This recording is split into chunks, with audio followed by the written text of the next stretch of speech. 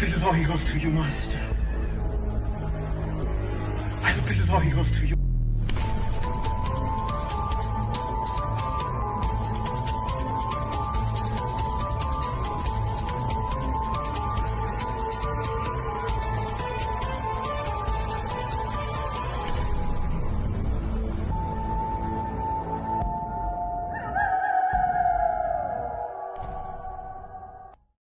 This podcast is sponsored by RealComicBooks.com.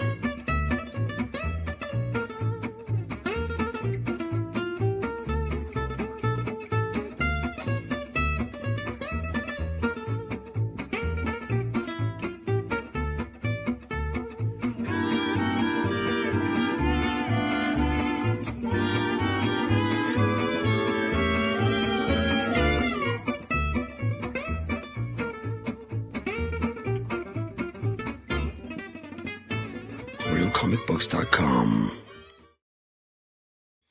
RealComicBooks.com. Hey, everybody.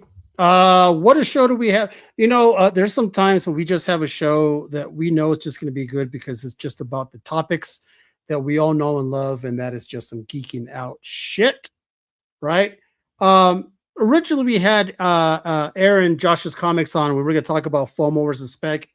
Unfortunately, Aaron was not going to be able to make it. He had to drop out last minute. He had some family stuff going on.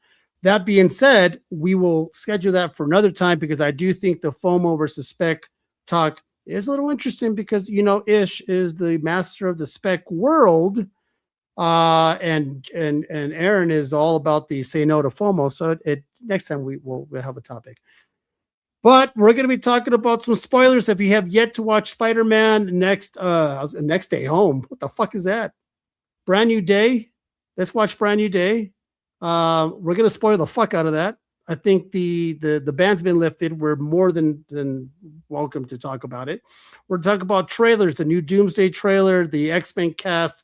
We're going to talk about quite a few stuff, people. So just hang in there.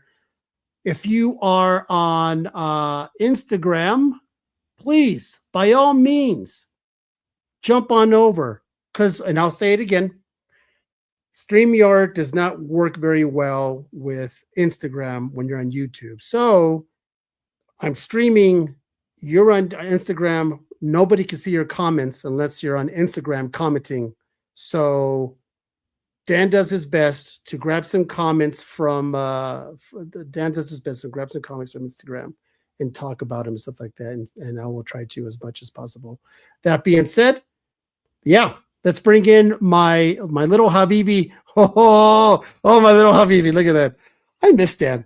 Yeah. Can I tell you, man, I look forward to this. Yeah. So I love spending time with my brother, with my friends. Like I love it. I'm so excited about this show too. We're going to miss we'll miss Aaron, but we got a bunch of stuff. It's going to be so fun. What's up, Kevin? What's up, Peter? What's up, Bronson? What's up, everybody? Thank you for joining us tonight, man. Love you guys. Yeah, man. Once again, if you're on Instagram, hop over to YouTube, follow, subscribe. Over on Instagram. Yeah, Sappy's right there. What's up, Sappy? Look at that. You come in realisticomicbooks.com. So that being said, let's bring in the next dude.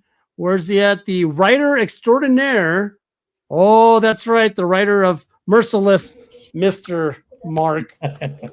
Yeah, always look at that. Shirts too. No, thanks. Yeah. Nice to be back.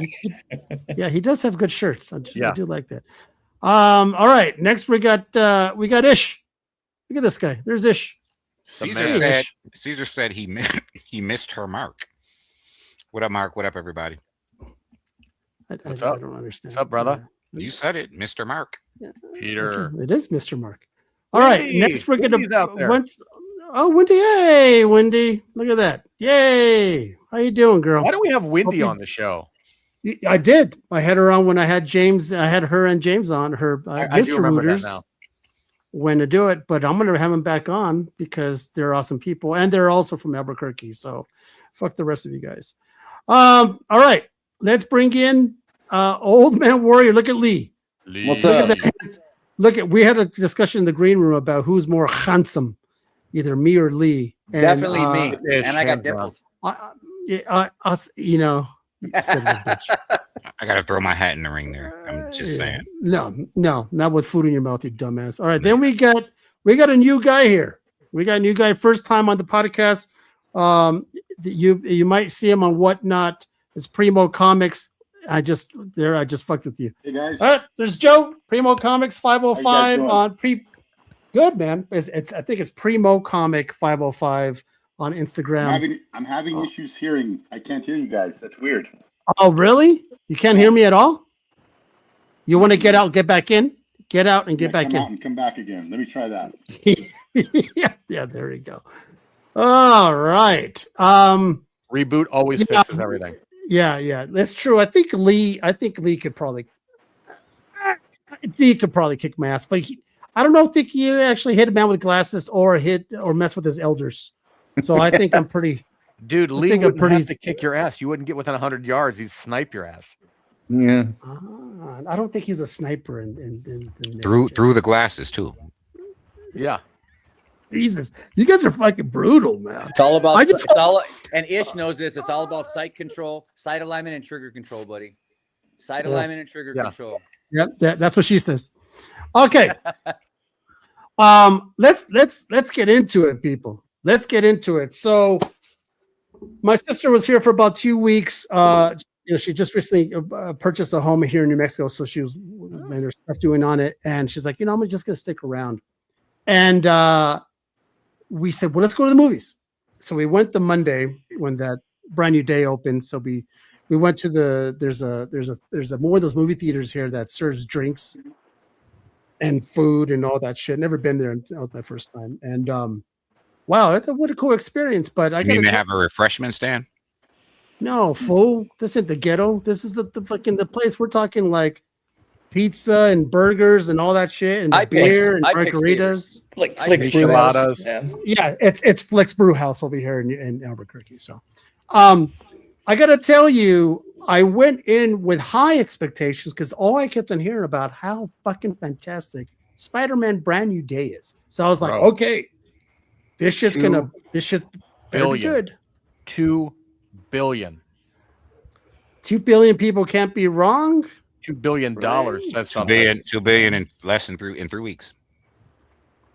When's the last time a movie did that? I mean, it's the second fastest to do it. Yeah. So yeah. What's the first? Dan, was it Avengers Doomsday? I think it was Doomsday.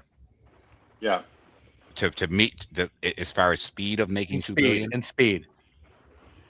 It wasn't Doomsday. That's the one that's coming out. Doomsday's not out. Endgame. What? You guys are in the fucking future? What's wrong with you guys? Endgame, not Doomsday. Jesus. Endgame. Come on. So you see how easily Dan is influenced because Joe's like Doomsday. He's like, that's right, Doomsday.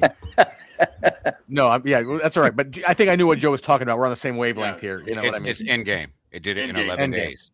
Yeah. What's up, Palms? How you doing, brother? Yeah, man. So the third one is based off of a manga, Neja, number 2. Don't say that word, Ish. You're gonna get kicked out of here. Let's go around real quick, and I'm gonna no explanations. So I just want a number between 1 and 10. What you thought Spider-Man Brand New Day is, and then we can get into a deeper discussion. So let's start with you, Dan. 1 through 10. What do you give it? Listen. 11. 1 through 10, you son of a bitch. 11. And then we can get into it.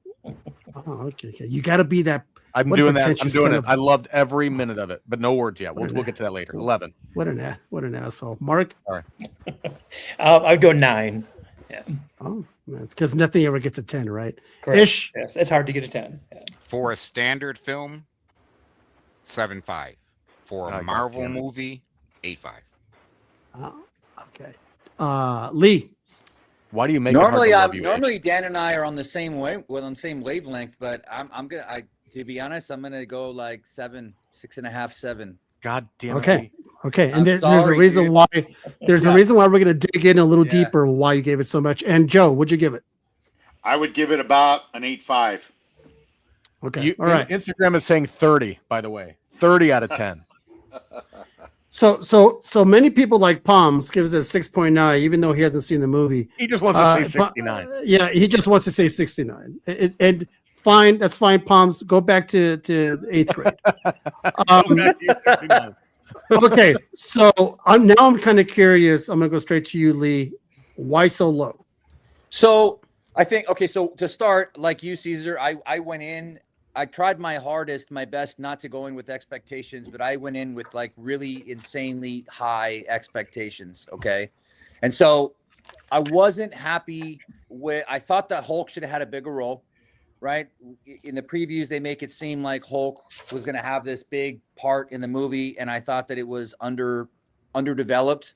I thought Scorpion was not done very well at all. And I think for me personally, the saving grace of the movie was the dynamic between Punisher and Spider-Man. I thought that was brilliant.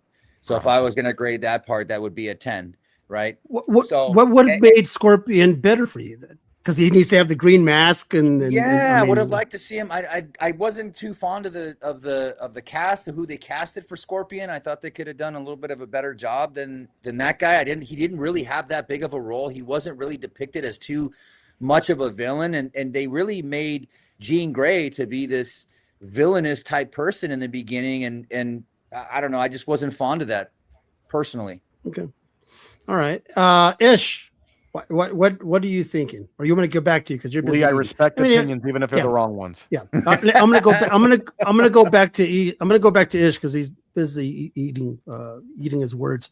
Mark, go ahead. I mean, I thought it was a good movie. I liked it. I liked that they brought in like the comic aspect of it, and we got those cool shots of all those, iconic covers. I thought that was really cool. The action stuff was really good. I liked the storyline, with Peter. Like, I don't know. I like Dustin as a director producer as well. Like what he's done, Shang-Chi. I liked Wonder Man. Kind of. That one's like a weird one, I guess, because a lot of people didn't really get it. But for me, like, I thought, it went well. I think for what they had and for it being like a shared Sony and, Disney Marvel thing, that it performed. Like, I thought it was really good. Joe. Well, I thought it was hands down the best shot Spider-Man movie. The swinging of him through the buildings and stuff was the best. It was so awesome. And I felt like I don't know if it's a new type of film stock or whatever, but I felt like Mandalorian had that same quality of like the little nuances of being in a spaceship, going from taking off from a planet and going into space. The same way with Peter Parker, flying through New York was just amazing. The one thing, and I love the relationship that they had, the friends, Peter Parker, and showing how much he missed his friends and being with them and being on TikTok and watching them and progress through college and stuff. I thought that was really awesome. The one thing that really bothered me, and I love Punisher too. It was great to see Punisher in there, and to see a little bit of heart from him too as well. John Barenthal is definitely the right guy for the Punisher. The one thing I thought was a little bit odd was the way they brought in Jean Grey. Like, it kind of broke canon of like what we're used to seeing Jean Grey, right? That she was, it felt like she was a runaway, that she had no structure, and that she was upset and looking for her sister, which you find out at the end. But I don't know, guys. I haven't read X-Men in a long time because it hasn't been one of my favorite books. But does Jean Grey have a sister? I don't ever remember in like the John Byrne, Chris Claremont, she does have a sister. Okay. Yeah, very seldom comes out in the books, but yeah. So I was a little bit confused on that, but I think that was the one thing. I don't think they used Jean Grey in the right way. There was some parts that were good about her, but the other parts that just didn't make it for that 1.5 to make it a 10 for me. All right, Dan, why'd you have such a hard on for it? I just thought it was a great movie. I mean, it checked the boxes. Lee made a comment about not enough Hulk. I think that's one of those situations where less is more, right? You don't need to put a lot of Hulk in there to make the point drawn about the impact of the Hulk in that kind of movie. And I like the little nods to things. I mean, even the little details where Ned and Peter are building Legos. I mean, like, it took a nod to older movies. Just stuff like that. And I'm going to tell you what, if you didn't like John Bernthal from before for all the great things he's been in, he's amazing. I mean, he's like the, I've heard him on podcasts. He's like the school counselor we all wish we had when we were in school. I mean, this dude would be like, motivate you to like be better than you ever could be. And he did the same thing for Peter Parker in this movie, just had his back, even though, he's a vigilante, not really that kind of guy, but definitely cares about Peter Parker, cares about that guy. And there was a lot of dynamics at play. I mean, there's a lot of pain going on, and the way that they told the story was really beautiful. The scene where, I mean, I'm going to get a little emotional about it because remember in the theater I was getting emotional about it, but like where Jean Grey is talking to Aunt May in his consciousness. Dude, how beautiful is that? Like to unpack that. I was in the theater and I hear, and I turn around, my wife is in tears, my sister's in tears. I'm like, friggin' dude, I was getting choked up. I'm just like, the whole time I'm like, these are the details that make a good movie a great movie. And I will say one thing about Ish. He made a distinction about like movie versus Marvel movie. That's a fair distinction because we've got a lot of like Odyssey. I mean, that's another whole level of movie, right? But from a Marvel standpoint, this has been a grand slam. And I look back to the movies that came out that we were pining for, like Deadpool, Wolverine, and we were like, we couldn't get them fast enough. When they came out, they were popular, and everybody was like so happy. But when you see a movie like this, that's what we need. That's the kind of Marvel movie we need that really squashes things that you hear like superhero fatigue. Because anybody, any age, will love that movie. It's just, again, it's a beautifully done movie, just from the word go. And all right, Ish, say your piece. So we're unpacking this, and it's interesting, right? There's a couple of things I wanted to note. First of all, Marvel took a Sony character and has solidified it as the best franchise within the MCU films without any argument. Like, it's just from across 4 films, a phenomenal franchise, right?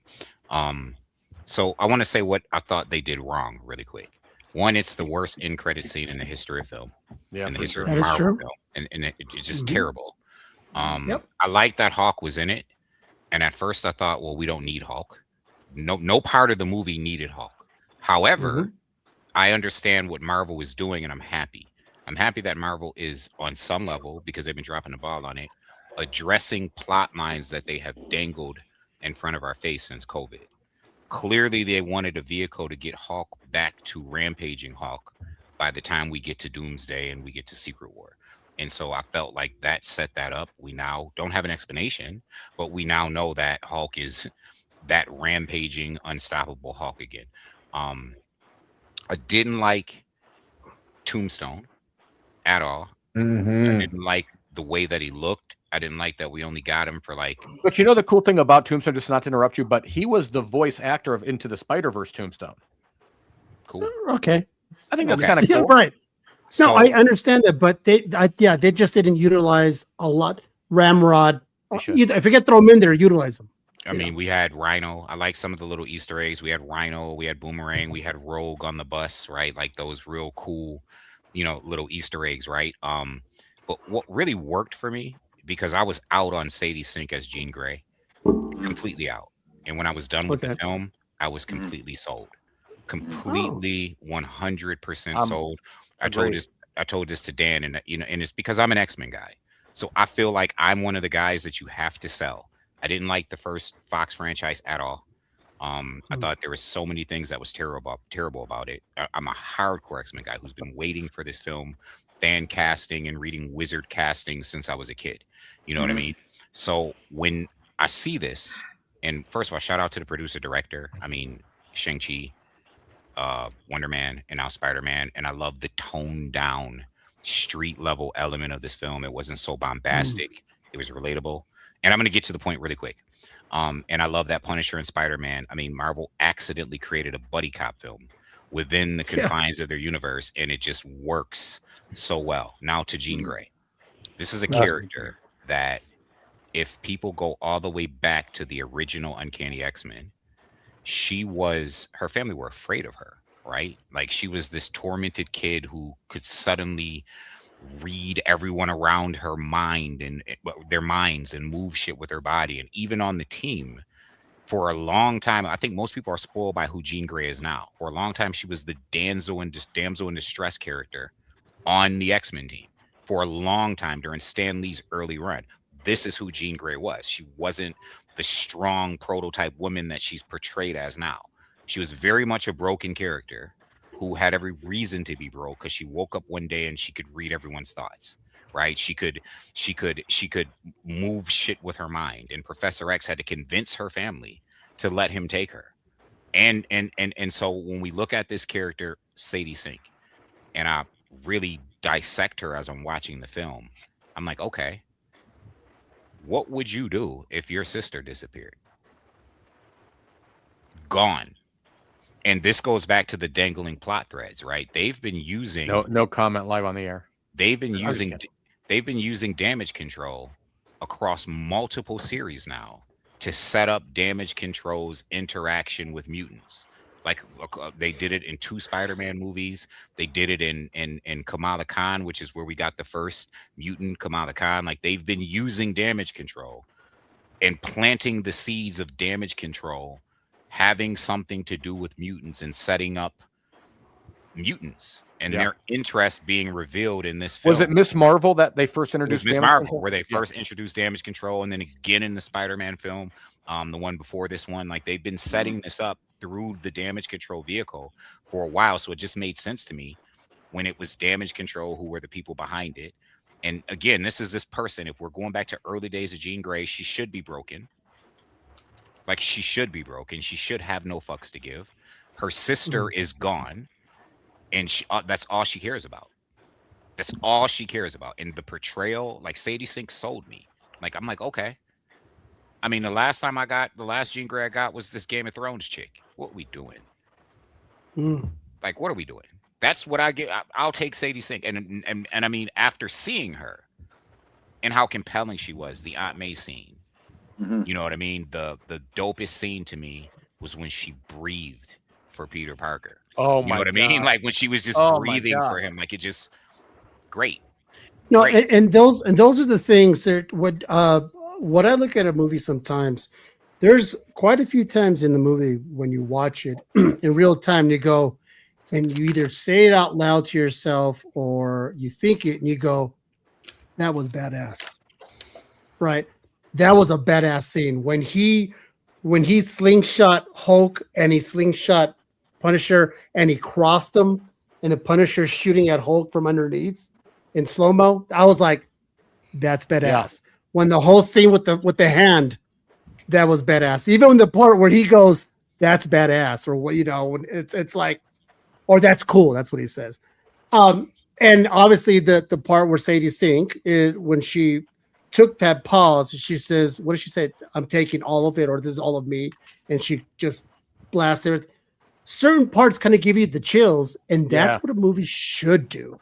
Certain movies should kind of go like, oh, that was good, right? I wish they had a welcome to Westchester sign. Oh, damn it! You took my thunder. Riding on the bus, man. Oh, like, yeah. Okay, all right. Back to the movie, I'm like, they missed that opportunity. So the whole time when you see the bus, and I'm going, is it going to be like you're going to see that little castle in the very far distance, right? The peak of the school or something like that. I'm going, oh, here it comes, and then it didn't. I'm like, okay. I mean, but you know what they did? You know what they did though? They made us all think about the Academy, right? And that's the funny part. We were all thinking, oh, here it comes. Oh, they're going to introduce that. Oh no, they didn't. But we were thinking it. So actually, mission accomplished on their end. I think they did a pretty fine job. My question to you guys is, will you watch it again when it comes out on stream? Yeah, of course. Yes. Absolutely. No. But let me ask you something, because I haven't read the early X-Men. Was Jean Grey villainized like that in the early books? Because they really villainized her in this movie. Well, when she became Dark Phoenix. With the Hellfire. Did they villainize her, or did they take a teenage girl and have her react in the only way she knew how? Yeah. Like, did they really turn her into like a villain, or did she was at a place where she just doesn't give a fuck? Yeah, if you look at it in a micro lens, Jean's the villain. But if you macro this thing out and you see what's really playing on, damage control. Damage control is the real villain. Oh, 100%. Okay, that makes sense. 100%. Okay. Yeah. It's so Ish. I noticed that you said you wouldn't watch it again. Now, is that because playability for you it doesn't do it the second time? The movie has to be something special for me. I haven't watched a Marvel movie twice, with the exception of Winter Soldier. unless it just happens to be on. You know what I mean? Like and that's not just Marvel movies. That's most movies. It has to really, it doesn't have to be the greatest movie. It just has to impact me in a way that, you know what I mean? And that Spider-Man was great, but I don't need to see it again. How about you, Mark? You'll watch it again if it streams? Yeah, I always watch like this. That's that stuff. Sometimes I just turn it on in the background, but I mean that I would watch again. Yeah, and there's certain movies that I could have on the background. Guardians of the Galaxy, the first one, I could have it in the background, and certain ones you'll watch. Endgame, I'll even have that in the background because I can watch Guardians of the Galaxy 2 again. Winter Soldier all day. Winter Soldier all day. Guardians of the Galaxy Part 2. I can watch that again. But it had a scene in it that really moved me and impacted me. You know, does Into the Spider-Verse count as a Marvel movie? Yeah. But I wouldn't. I would. A great movie. No. I wouldn't watch it again. Into the Spider-Verse. Those are ones that I watch over and over again. Both of them. I think they're amazing. They capture every character in those movies. The second one was hard for me to stay awake, and it was great, but it was just, I thought it overstayed its welcome. Let me poke your guys' brain. Peter said, do you think the inhibitor will stop magic? No. It's genetic. It's literally genetic. Mm-hmm. Yeah, no way. Literally suppresses DNA. Was there something that frustrated you about this movie? Was there this particular scene? Was there something that you go like, they shouldn't have done that, or I wish, is there any of that at all? Because for me, yes. What was that? MJ being unresolved. Oh, I liked it though. I liked the cliffhanger. I don't even know it's a cliffhanger. Yeah, because at the end you can tell she starts to feel a certain way. She's being honest with him. She's like, I'm not that person. I don't love you in that way, but you could feel the feeling spark. Like you could see it. But the thing with that is, to me, and this is the problem, the reason why it frustrated me is because Jean Grey could have just fixed that for him. It's hard for me to feel bad about Peter Parker and MJ when in reality they're both in like major blockbuster movies, both of them. And I think Tom Holland's going to get like $100 million. You're talking about the real people. So like, I'm just saying I can't feel bad for the guy. Give her her memory back. Yeah. She could just Jean give it back. Can Jean Grey do that? Of course. Of course she can. Yeah. She's powerful enough for that. I think if Peter would have said, "Can you please give her memory back?" Because it looked like Ned got his back at the very end. So why didn't she get his back? And they even Ned got his memories back organically. Something flipped a switch. I feel like if you have Jean Grey play God like that, you'll also erase a lot of MJ's history that she created on her own. And I don't know if you want to do that. Like, she graduated MIT. She, what I mean? Like, you don't want to start messing with that kind of stuff. And even if, what I'm saying? Like, I don't know if that's why would that disappear? You can still have all that plus, Peter. You have two sets of memories? She wouldn't have two sets of memories. They would be integrated because they're actually her experiences. I mean, come on. I don't actually know. her experiences. What's going on is those memories are missing. She just she just has a false memory of a life without Peter. Yeah, Dan, you're an idiot. I don't know. We should whiteboard this. Let's get the whiteboard out and map this out. Yeah. Could the movie have been made without the inhibitor storyline for Peter Parker? Because he ends up not using it at the end anyway.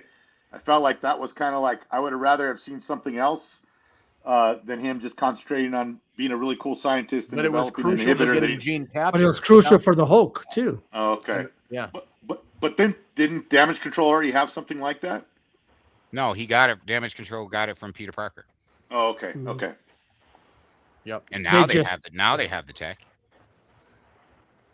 Yeah. Okay. Yeah. Listen, it's a good movie. I understand why it made uber amount of money, and it's a way to its streams. I mean, at some point we have to accept the fact. Like, this is one thing that I find quite interesting, and everybody has a right to their own opinion, even though it can be the wrong one, right?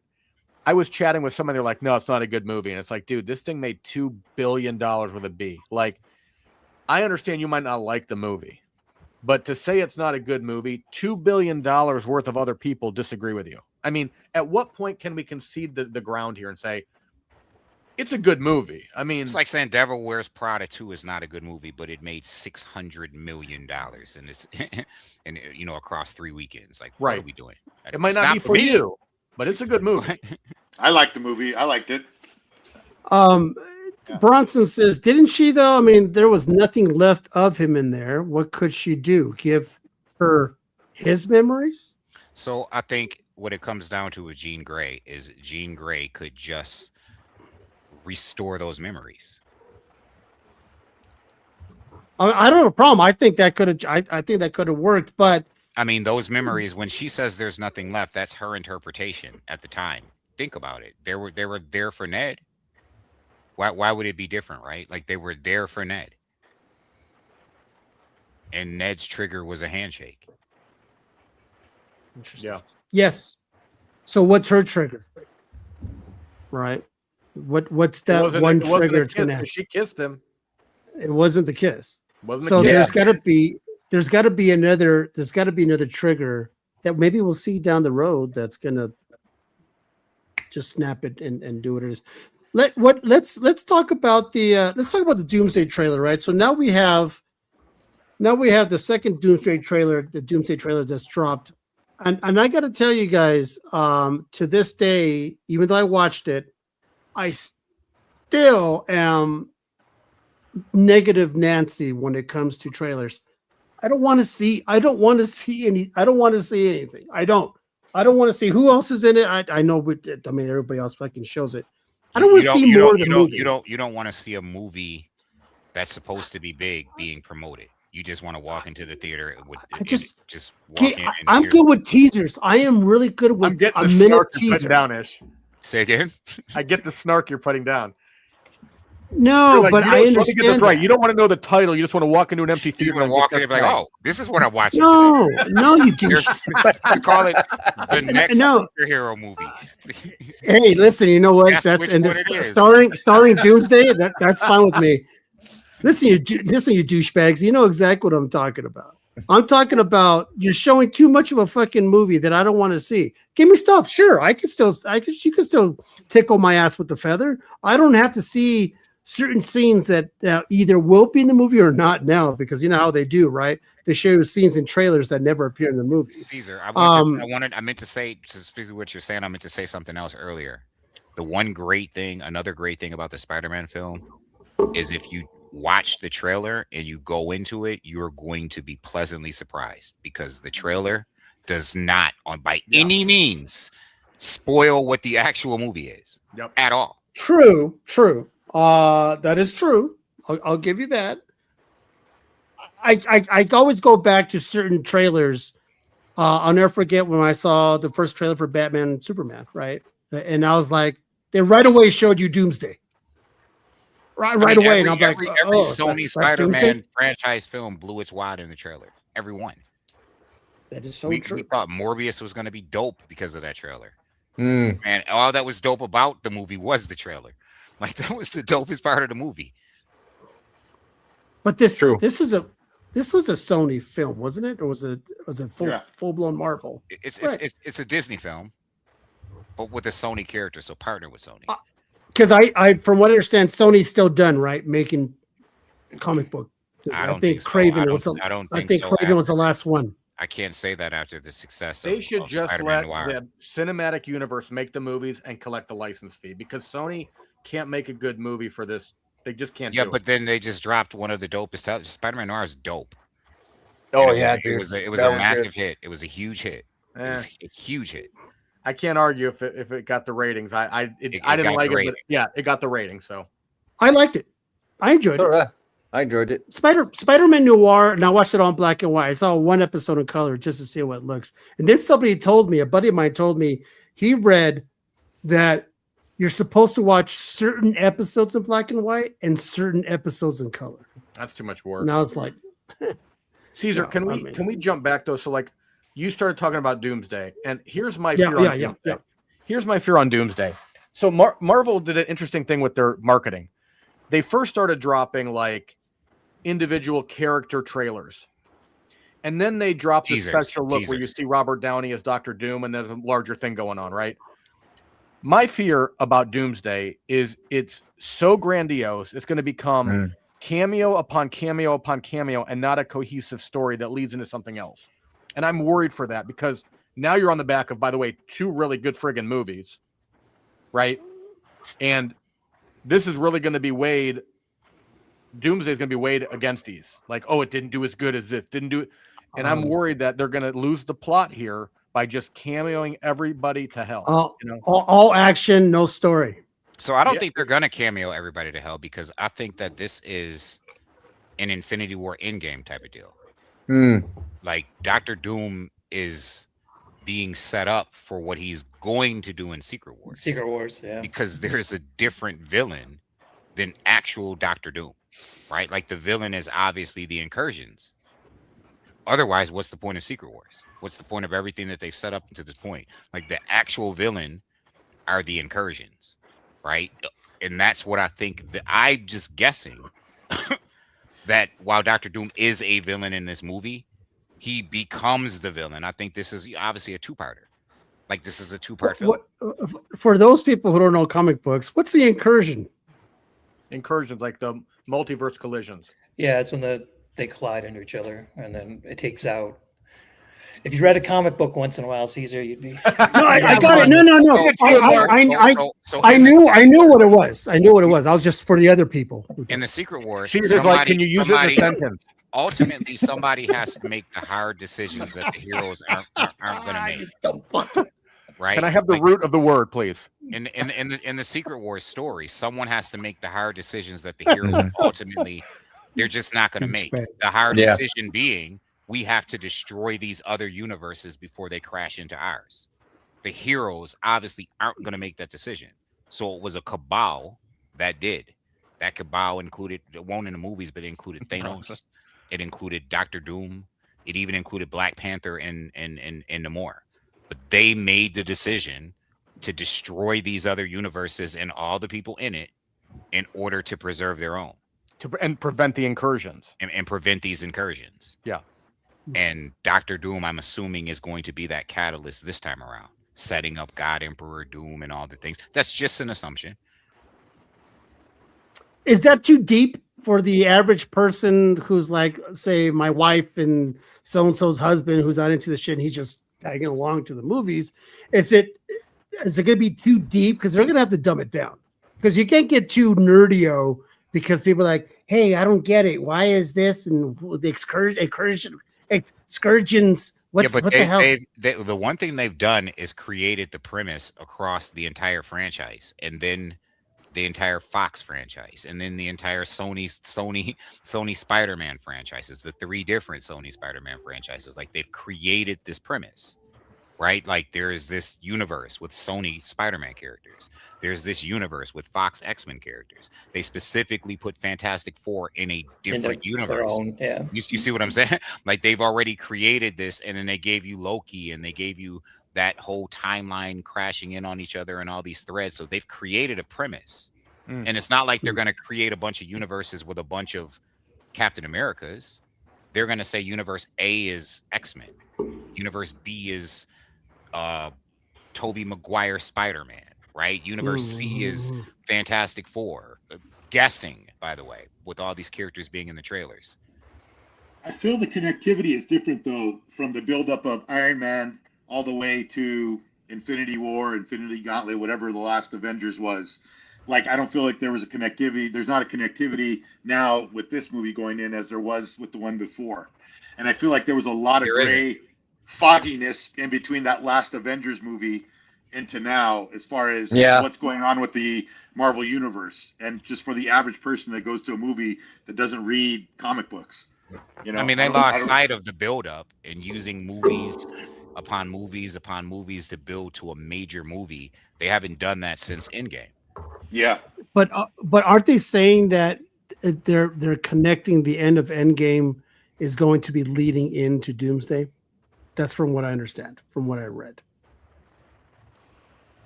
They're connecting both. They're connecting both.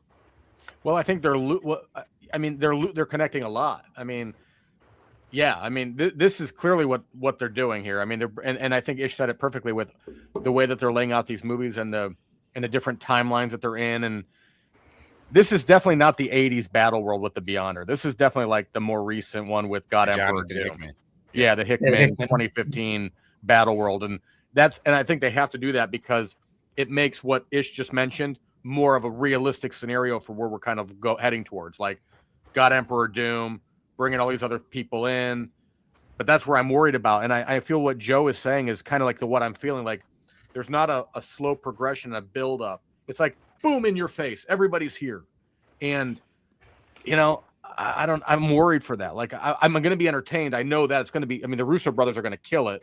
But is it going to make sense when we leave there? Are we going to be like scratching our head? Like, wow, that was a lot. Let's look at that, right? They dropped the ball, right? Like, so we're going to see Shang-Chi again in this movie, but we probably should have saw him in a sequel, right? Arguably one of the most successful films since COVID. And a great film that they put out. Yeah, since COVID that they put out, like widely considered good, right? We should have seen Shang-Chi again. Like it or not, we should have seen Eros and what's going on with the Eternals again. Whether we like it or not, these are plot lines that you just kind of put out there. You can't introduce characters as powerful as Eros, an entirely new Celestial, right? In the Eternals, and they'd be like, "Oh, we're going to Endgame." Hello. Oh, let's go to Endgame. Sam. What's going on, Sam? Forget that we gave you a living Celestial. But you know what, Ish? Thanos' Peter brought up a good brother, point. I wonder if those are the new scenes they're going to add now. Yeah, so that's Peter. Thank you so much for not making me look like an absolute idiot. They're supposed to add added scenes, so they're gonna make it. We'll be surprised if they re-release Endgame. We go watch it again before they do Doomsday and all that stuff. And let me ask you guys a question. They are re-releasing Endgame. They are. Yeah. Oh, they are re-releasing. Okay, fantastic. With new scenes. Yep. 7 minutes, right? Of new footage. Okay, so let me ask you guys: Doomsday make more money than Spider-Man? Hell no. No. Yeah. You think so? It'll make more than $2 billion? I think so. I think it will. Yeah. It might make as They've much as Spider-Man. I don't think nobody's going to have money around the holidays to go see that movie. Yeah. Let me tell you why it will. They have been hyping fucking Doomsday since that day Stark, Tony Stark, since Robert Downey Jr. removed his mask in that Comic-Con in 2023 or the hell that was. That's how long they've been building this shit up. So hell to the yes. And now with all the trailers coming up, it's gonna make Spider-Man's made over $2 billion. Deadpool Wolverine make like 800 million or something like that. Who's look it up. It's Spider-Man Brand New Day is going to carry viewers into Doomsday. Spider-Man Brand New Day is going to push Doomsday to a $2 billion franchise. People are excited for comic movies again. And Spider-Man Brand New Doomsday, I talk to people who they don't even know anything about Dr. Doom. They just want to see this guy. 1.34 billion worldwide Deadpool Wolverine. All right. They've been teasing both of them in this movie in all of the, clips that we've seen in Comic-Con, in the little clip that they had Jackman drop right after, like the trailers dropped. I don't know, you add them in the mix, plus a potential Tobey Maguire from what the rumors are saying. Like, I don't know. It could be huge. But can we say, by the way, $2 billion isn't the number for a movie to be successful, by the way. I mean, that's just how good Brand New Day was. If Avengers Doomsday doesn't make $2 billion, it could still be successful. I mean, someone look up how much did the Odyssey make to date? It made a little over $1 billion. I can tell you we have $7 billion movies. It's still going though. It's still going. There's 7 movies that made over $1 billion. 1.3 billion worldwide so far. Odyssey, and then you had Michael. It just says a little over 1 billion worldwide. And then you have Super Mario, and then you have the Minions. Like, you have all these movies. You have Spider-Man Brand New Day that made over $1 billion, and then the movies that made over $500 million with Hail Mary and Devil Wears Prada 2. You know what I mean? So when it be any good? Say again. Is it gonna be any good? Doomsday? Yeah. Well, that's what Dan was just saying, that he's afraid it's going to be all cameos and just not. It's going to lack story. And Peter, I got to tell you, I think Odyssey was the better movie as far as scope. I loved it. Odyssey's that it.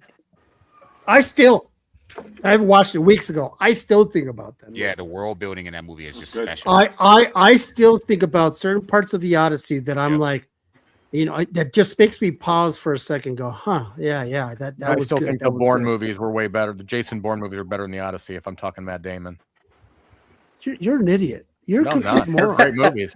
They're great movies. So I like Jason Bourne movies. Apples and oranges. I mean, I love Jason Bourne movies too, but that's apples and oranges when we're talking. But about you know what? Odyssey All jokes aside, 1 billion isn't too shabby. I mean, okay, Spider-Man made 2 billion. Shabby. 1 billion is pretty freaking good, man. I mean, of course, 1 billion is fucking good. Yeah, so I mean, if Avengers Doomsday does 1 billion is pretty much the standard for a hit. So what is the that? thing, 1 billion is pretty much the standard for like a hit, like a mega. You think that high, $1 billion is standard, or like a mega movie? Yeah, I think it depends on your budget, also. Yeah, for sure, And with Doomsday, it's projected to open at 1 billion worldwide. Total global box office expectations targeting 2 billion to 2.5 billion. But it has a massive production and marketing budget approaching 1 billion alone. Oh my gosh! So, Yeah, that payroll has got to be bananas. Well, let's just say I don't think they spent $1 billion for cameos. For a cameo. You know what I would love to see, what the prediction was of Brand New Day before it came out. What was the actual prediction of Brand New Day? Was it $1 billion movie? Was it going to be did they drop $1 billion in promotions and all that? I got to be honest, I'm going to say no, because I didn't see that much promo. Can I also ask a question here too, Caesar? So, and maybe you know this because they've done this before. The fact that they're playing Endgame with new minutes as you're before the Doomsday movie, when they talk about box office opening, is the Endgame ticket sales going to roll into that too? Like, how, they don't do it that way. Okay, I didn't know. No, it's a whole separate. Yeah. No, it's a whole separate thing. Now, this is a funny thing. I'm going to ask the panel. That's my question. The new Endgame film does $1 billion. Because they've already re-released it twice. This will be the second time they re-released Endgame. Let me ask: are you guys, and Sam, you thinking what I was thinking? Are you guys going to go watch it to the theaters and go rewatch Endgame for 7 minutes of the film, or are you going to go to YouTube and watch the last 7 minutes of the film? I'm not going to watch Endgame. I'm not going to rewatch it. For 7 minutes. I was mad I watched it the first time. Because there's tons of people who are going to go back to the theaters and get the whole movie experience again, and to go basically watch this. I did not like Endgame. I don't like my intelligence insulted. I don't care about I don't care about all the bells and whistles, and I don't like having my intelligence insulted. The moment why was it insulted? I don't like to have fun. Are you serious? Have fun. Yeah, tell me what specifically. Listen, I've had arguments in my comic group, in Comic Sense, the group.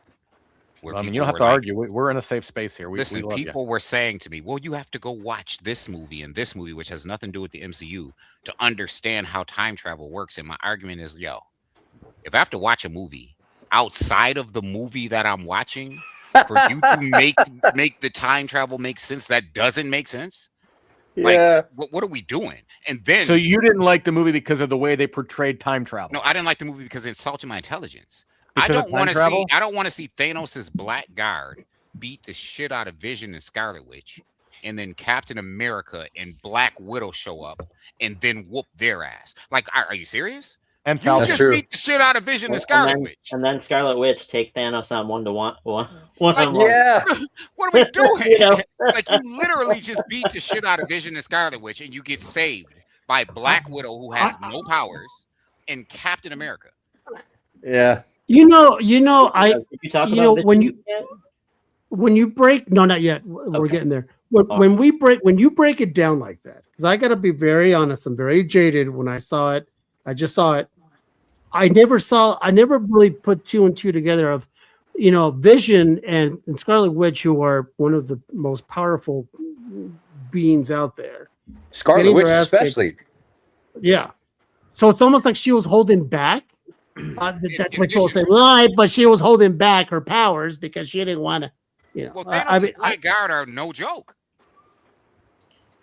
Yeah, like, they're Avengers level fucking. You know what I'm saying? Like they're no joke. I still think Avengers for me is one of my top 5, but that's me. Let's talk about Vision Quest. Now I finally got to see a Vision Quest trailer. It's out there, man. I'm already there for James Spader. I'll watch anything that guy does, right? And Paul Bettany. Paul Bettany's dope. That show looks far out, and what I mean by that, it just looks cooped out. Him voicing Ultron is fucking great. I love the way he speaks and his speaking manner. Oh yeah, he has a certain, if you ever watch The Blacklist, or hell, even if you watch episodes of The Office when he was the manager there, he has a certain tone that commands an audience. And when he was voice of Ultron, it made you stop what you were doing because you wanted to listen to him. Even though the movie was yeah, even though Ultron is, for me, it's pretty forgettable. I don't remember it. But I think this show is going to be, I think it's going to be pretty good. What do you guys think about it, since you guys saw the trailer? You guys in or out? I'm excited. Me too. I'm in. I think it's a fresh idea. I'm in for it. It's hard for me because I'm a comic nerd, and I know that that Ultron is an in-game villain. Right, like he's like a Thanos. He's like an in-game villain. He's not a mini boss. In the MCU, he is. So it's hard for me to swallow that. So are you gonna watch it? You're gonna watch it, obviously. I'm gonna watch it. It's just hard for me. It's hard for me to follow and believe it. It was hard for me. That's why I didn't like Avengers: Age of Ultron. Like this guy is. Like they had to go back in time to try to stop him from even being created because they couldn't fuck with him. Yeah. Like they really can't fuck with Ultron. I like that. I like that Tommy Maximoff is allegedly going to make an appearance in Vision Quest. I think that's going to open up all kinds of doors. It's a matter of time. Everybody's sitting on these Young Avengers. Yeah, Bronson, I'm a hate watch. Hold on to your Young Avengers books because it's a matter of time. I think once we work out, Secret Wars and Doomsday, and then obviously we got years of X-Men ahead of us with the Marvel Universe, but it's a matter of time until they bring in the Young Avengers. So I feel like this is a really cool precursor. They've already started doing it in some of the Disney series, bringing in some of these characters, and pretty much the whole team already. Pretty much the whole team, yeah. So I'm excited to see what that is. I love that Edith is in there, Jarvis is in there. I think Jocasta is going to be in there. I mean, they're going to have a lot of cool stuff in Vision Quest, which I think are going to be for some people on the periphery, on the fringe, but it's going to be a neat sort of diversion from these mega blockbuster things where you're like, oh my gosh, it's all in your face, like with Doomsday. This will be nice. Here's why I'm going to watch it. In forever, where I want to watch it right when it comes out. What's that, Sam? I think it's the first show in a while where I actually want to watch it when it comes out. I got to recant because I think what Marvel is secretly doing television-wise, which I don't think a lot of people appreciate, is creating one of the greatest TV show trilogies. Exactly. I mean, WandaVision into Agatha All Along, into Vision Quest. Yeah, you know what I mean, like all of it up. Good call-ish. Yep. Yeah, that's a great call. Yeah, wow. I didn't even think about that, to be honest. That end of WandaVision still gets me. Oh, me too. Oh, I loved Agatha All Along. I didn't like WandaVision as much until Agatha All Along, and then that gave me a greater appreciation. Well, can we admit that Catherine Hahn is a national treasure at this point? I mean, she's just great. I just wish she looked better. She looks great. What are you talking about? I'm just being me, man. Oh my God, that's harsh. Let me do that. Oh, you're so funny. So let's talk about the new cast of that they presented for the X-Men. The first thing I'm going to go to is Ish. Right away when I saw the casting, I said, I wonder what Ish thinks about his Storm. All right. Well, let me do this. Sadie Sink, I was out on, and then she convinced me. I think Samara Weaving is the living, real-life Emma Frost. Yes. I do not know how I feel about Rogue. I haven't seen her enough. I heard she was great in Obsession. I don't know. I like the Asian lady that they were casting, but I guess she didn't audition well. So Storm. Now that we're at Storm, let me say, I don't know a lot about Maya Boyd. I like that they chose to go with ethnic features. I mean, she is a literal African American, right? So I love that that's the route that they went. The problem with Storm is, no matter who plays her, is this character has to portray, her portrayal has to be strong. Storm is one of the strongest, as far as personality wise, willful characters in all of comics. And that, like, if that doesn't resonate, you're going to lose. I mean, this is a woman that Dr. Doom kidnapped because he wanted to marry her. Dracula kidnapped her because he wanted to marry her. Like, this is a woman that everyone respects. So you have Ish is going to kidnap her just because he wants to kidnap her. Yeah. The Seems Cyclops like I like character, her features. the Cyclops character, I don't know yet. I don't know that I'd like him or don't like him. He's the only one that I really question. I like Professor X, and I don't have a problem with Adam Driver as Mr. Sinister. I think Adam Driver's genius. I think that's a genius Perfect casting for casting. Mr. Sinister. Yeah. I mean, there's some other castings that I thought would have went well. I didn't mind the Spanish guy from No Country for Old Men. Oh, Javier Bardem. Yeah, Yeah, I Javier didn't Bardem. mind. I wouldn't. But I do think Adam Driver is going to be great. What about the rest of you guys? You guys have any thoughts? Or you're like, okay, let's see what happens here. Well, what I find interesting is looking beyond this starter roster, right? And I'm not necessarily. I agree with Ish. I mean, I don't want to get too far down here and be like, oh, this isn't going to be good. I'm a little bit concerned about the Cyclops casting, but I mean, I'll give it time. Let's see what happens. But there's a lot of characters they haven't. This is an all new X-Men squad, right? All new cast. So who else is going to be introduced here? Like, who's going to be Nightcrawler? Who's going to be Colossus? They're going to have to add more. And so what is that going to look like? I mean, So it's a weird X-Men team to start with. Yeah, I think so. Like, it's a very weird X-Men team to start with. To start out with your first MCU X-Men movie, it's very weird. Yeah. But the rest of you guys are good. I mean, you're all happy with this. I mean, you're like, okay, Peter, right? Let's see how Samara this plays Weaving's out. 34. She'll probably be 37 when the film comes out. So she's obviously not going to be. She's going to be a mentor. I'm waiting to see, because there's a high bar with X-Men First Class with me. I thought that was a great casting. I thought those were great, solid movies. It's going to be interesting to see what storylines they pull or story arcs they pull for this team here. What is it? What are they going to use? Like, where are they going to? Are we going to go back to retreading some of the old storylines? Or what? I know that Mr. Sinister's in there. So does that mean Madeline Pryor jumps in too there as well?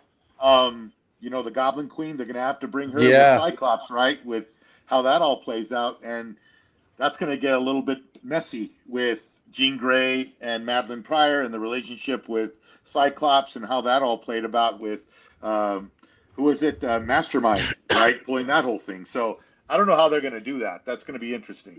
So I think they go with the Marauders. I think they go with what brought Mr. Sinister to the dance in the first place. What brought him out of his centuries of, being obscure, being kind of secret, right? A geneticist is the Marauders. I think that's the route they go. Personally, but there's not a lot of Sinister storylines. Peter has the point. They didn't bring up a Iceman. They didn't bring in an Angel. They didn't bring in a Beast. They didn't even say so and so is Beast. They didn't bring in the boring guys. I guess. I mean, I was talking to my buddy last night. He goes, "Hey Caesar, so what do you think what if they remade Star Wars? Remade, full-blown reboot Star Wars: A Brand New Hope. I mean, a New Hope. A New Hope." I said, no, and I'll tell you why. Because everybody and their fucking grandmother will say, that's not my Luke Skywalker. That's not my Darth Vader. But let me ask you guys, would you be down for them to go, all right, everybody, these past Star Wars movies haven't been that great. We're going to reboot everything, recast everyone, and let's go. Would you guys be down with that? Or you be like, you know what? No. Not Star Wars. So it's No. easy to say no for me at first, but then I look at the reboot of Star Trek, and those films were pretty dope, right? They worked. And they didn't great. they didn't start a new. They didn't retell an old story. They just told new stories, with the exception of and that's Han, what Star right? Wars is doing. Keep doing that. They just told new stories, but with the same characters recast. I don't know. I Star would- Wars was such an iconic movie. It's such a classic. I don't know. That would be tough for me. It would be a tough pill to swallow for me. In the world of Preludes recast and the characters and tell a different story. In the world of preludes and sequels, why do you have to reinvent? I mean, you got so much any direction you can go in. Why do you got to reshoot the whole thing and like start it all over again? Well, what's the benefit of that? Like from the ground up, why would you do that? Don't be. But look at what you have to look at what Star Wars did. I mean, look at the bar that movie set. And if we remade Star Wars, like you said, Caesar, do you know it would get so much? No matter who they cast, no matter what they did, it would get so much hate and so much backlash. It's just one of those movies I just don't think you can remake. I need you to put Peter's comment back up. Yeah, which one? The new Star this Trek one? is not Star Wars. So no, Star Trek is not Star Wars. So here's the thing, and I'm gonna make everyone mad. I'm gonna make all the YouTubers mad. Everybody can be mad. We're gonna keep it real. As a franchise, I'm not talking about dollars and cents. I'm talking about entertainment value. Entertainment value specifically, not dollars and cents. Star Trek has been more entertaining. There hasn't been a bad series. I think the Orville is more entertaining. There hasn't been bad movies. 80% of Star Wars movies are bad. I'm not talking dollars and cents. I'm talking brass and tacks. Peter and I had this conversation today, right? Half of Return of the Jedi is terrible. New Hope is good. Empire Strikes Back is good. That Phantom Menace shit, you had one good movie out of that. You're looking at it now and saying that. No, I thought it when I was watching them. No, come on. I never liked Return of the Jedi. Even as a kid, I always will tell you. Come on. After coming out of Empire Strikes Back, inspired generations of imaginations and supported for a ton of franchises, but it's not that good. You say I'm looking at it now. When I say it's not that good, okay. So are you telling me the Phantom Menace trilogy is dope, Dan? No, I'm not saying. Let me finish. Are you saying the last trilogy? I thought you were asking me a question. My bad. No, I am. Are you saying the last trilogy is dope? You're like, Dan, wait, let me fit. Okay, sorry. Go ahead. I'm asking a three-part question. Are you saying the last trilogy is dope? Are you? No. I'm not. You're talking 9 you movies. Return of the Jedi. I'm like, hold on a second. I'll tell you that the first trilogy, the prequels, when you watch Clone Wars and Rebels all together with them, becomes a masterpiece. You got to watch other shit. But you have to watch so much other shit. I would argue to say that A New Hope was remade with episode 7. Yep. I have this vision. The same exact thing. Same story. Listen, I have this vision of a young-ish in the theaters wearing dark shades with a black and mild in his mouth at 9 years old. But the 9 years going, this movie's shit. No way. Ish, you weren't saying that. You weren't saying that as a kid. Let me tell you something. With the cap and the shades and the black and mild at 10 years old. Caesar, we're about to keep it real. First of all, as a kid, I never loved A New Hope. It was always okay. Empire Strikes Back was the most impactful movie I'd ever seen as a kid. All the bad guys won and it went off. I remember this. I wrote essays in college about this. All the bad guys won. The movie goes off. There's no internet. You don't know as a kid that there's gonna be another movie. And when that other movie comes, the first half of it was fucking cool. And then these fucking teddy bears beat all the shit that harass. Don't. But they've made. I get it. I get it. Listen, the Ewoks for me was not my favorite. I get it. Out of the 3, Return is probably my least favorite. I mean, out of the 3, I would say Return is probably. I was outside doing shit, so I was not impressed by teddy bears. I was not impressed. What about Admiral I'm impressed by him? And the merchandise and the cookies and all of this shit the teddy bears out What are you gonna say, Joe? I was going to say originally it was supposed to be Wookiees, but they changed it last minute to make it Ewoks. I don't know if you guys knew that, but little fun fact there. That would have been cool. Well, that's a whole, that changes everything. But they're going for market. They're going for merch and all the good stuff and the cute stuff and everything that Ewoks bring. That's the reason why they fucking went with that. A kind plush of stuff Wookiee doll would have been fine. I would have loved that. And A New Hope just didn't impact me the way that it did everyone else. It just didn't. I didn't hate it. It just. Yeah, whatever Ish was smoking back in those days. I get it, but as a young kid, I was happy that I was getting an end to the Star Wars trilogy. I was happy no matter what. I overlooked the Ewoks. It's when I got older, I was like, yeah, the Ewoks are kind of silly, whatever. But at that time, when did it come out? When was Return of the Jedi? What year was that? 83? 83, 84, which was when movies and okay. By the way, commercialized. I'm not shooting down your opinion, by the way, because I respect you and I love you to death. I'm just simply I'm coming from the angle of we have decades now of the benefit to look back and go, man, they were okay. Like I'm just telling you, when I first saw, and I'm not a Star Wars fan. Like, I mean, you guys know way more about this than me for Star Wars. That's not my wheelhouse. But I remember watching those movies and I was blown away. And everybody I knew that saw the movies was like, holy crap. Everybody wanted the toys. Everybody wanted the cups. Everybody wanted the posters. Like Return of the Jedi capitalized on the 80s commercialism. 100%. Well, I mean, again, that's 100%. That's because they were late to the dance with A New Hope. Yeah. But 11-year-old me gave two shits about commercialism, gave two shits about anything else. I sat in the theater and was very happy. You didn't. No, I can't. I enjoyed it as a mother. You were just dazzled. You didn't give two shits about commercialism. You were immersed in it. It was thrown in your face. Absolutely. 100%. You went to McDonald's and there were glasses and everything. And you went to supermarket and there were coloring books. Like you didn't even know that you cared about commercialism. I was bukkakied by Star Wars merch. I mean, that's just that's. Oh my god! I mean, I gotta tell you because that's gotta be a clip for the Instagram. Village. It was Bronson, all of it. All of it. We have a new cancel candidate. The title has been passed from me to see. No, you still hold the throne, my brother. You still hold the throne, my brother. Passed, man.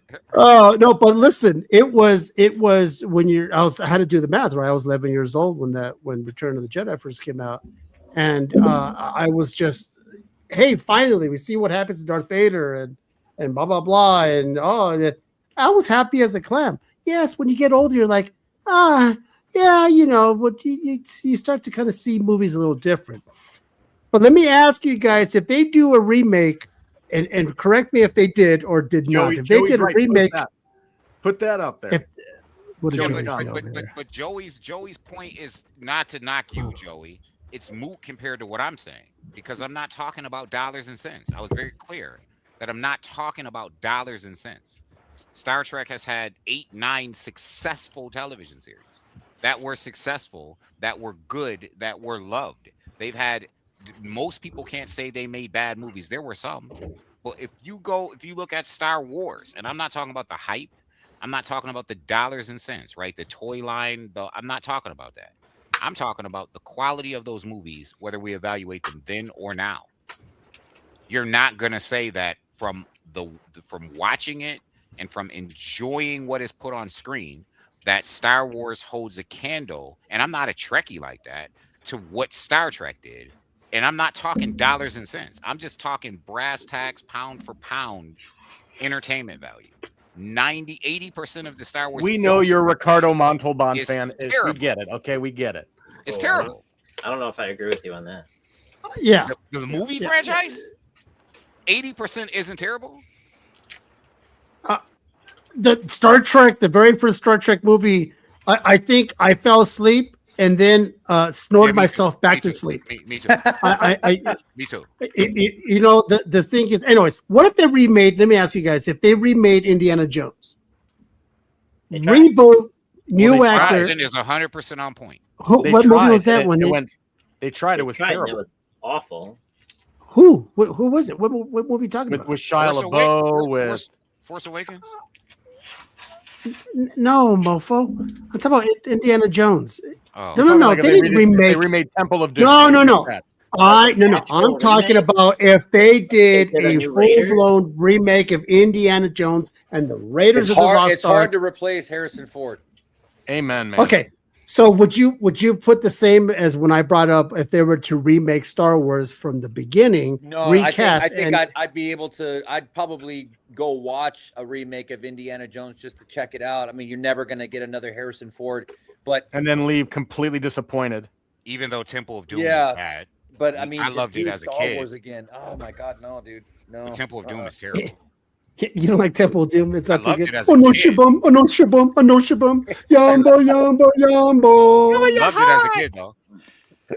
But Raiders of the Lost Ark scared me. Like it was just a strong film. Am I in the minority when I say that I really liked the Grail? What is it? The third one, the Crusade. I love that. I think it's aged well. The Covenant. What's it called? Ark. No, not the Ark. No, but what's it called? Crusade. Indiana Jones, The Last Crusade. The Last Crusade. Is the Last Crusade?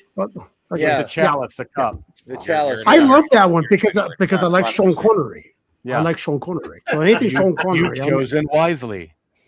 I like it. Who would you cast as Indy today? Oh shit. Ooh, I would say Sam. As round, I would probably say the sidekick in Temple of Doom. Henry Cavill. Remember, he was like a little Asian kid. Oh, Henry Cavill. That's a good call. Henry Cavill would be a good one. That's a good call. He's too big. He's too muscular. The reason why Harrison Ford worked because he was this normal dude who was a professor. Henry Cavill is like he's this pretty big dude, so you can't go with the obvious. You got to pick somebody who's, like a normal dude. I mean, I don't know. That's a good Peter. That's a good question. Short round. Peter Dinklage. I like the blonde-haired guy who played James Bond, Daniel Craig. Oh, he's good. That'd be a good one. He might be too old. He's too old. Yeah, he's too old. You would have to get a young guy who's, once again, kind of like what they did with X-Men. A lot of these guys you've never seen before, unless you're 14, you're like, he's from so-and-so show, We, a lot of us don't. I saw these guys, I'm like, I have no idea who they are. Other than Adam Driver, I didn't recognize any of those people. So I was like, okay, this is a whole new cast. Almost the same way as when they did the new class. They got these people I never seen them before. What about Christian Bale as Indiana Jones? He might be too old. He's too old. He's too old. You think he's too old? Yeah. How about you, Lee? Why don't you be Indiana Jones, you son of a bitch, since you're throwing out old people? About throw me out there, you asshole. What about like Taron Egerton? He's too old. Is he? No. He's too short. He's too short. He's too short. He's not a tall guy. He's not a tall guy. So let me ask you guys, since we have a little bit of time left. Wow, just like that, we're almost done here. 30 more minutes, people. Let's talk about 97 yet. No, we didn't. And let's talk about PSA. Because that's what I was that's what I want to talk about, because I'm still not done with X-Men 97. It's terrible. Do you agree?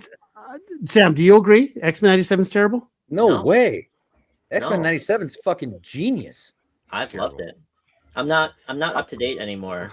I was for a long time, and then I'm behind. Sometimes I think Ish says that just to be Ish. I'm going to tell you why. I've talked about this with Ish, and I don't think he's wrong, but I will say he's only wrong. The individual episodes are good.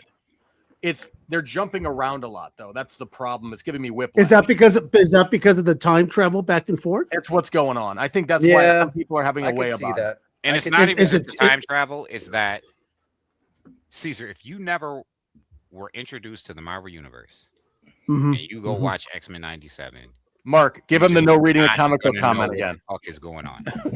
From episode to episode, you're just not going to know what the fuck is going on.